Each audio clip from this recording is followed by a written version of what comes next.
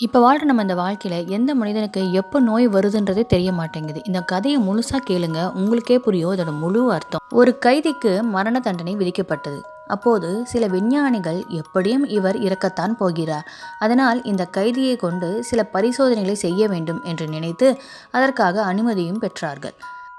கைதி தூக்கிலிடப்படுவதற்கு பதிலாக விஷநாகம் தாக்கி கொல்லப்படுவார் என்று முடிவானது. ஒரு பெரிய விஷப்பாம்பு அவருக்கு முன்னால் கொண்டு வரப்பட்டது.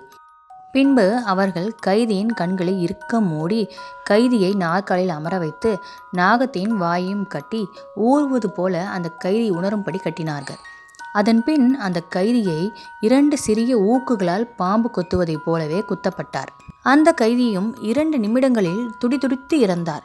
பிரேத பரிசோதனையில் கைதியின் உடலில் பாம்பு விஷயத்தை ஒத்த வேறு விஷம் இருந்தது தெரிய வந்தது.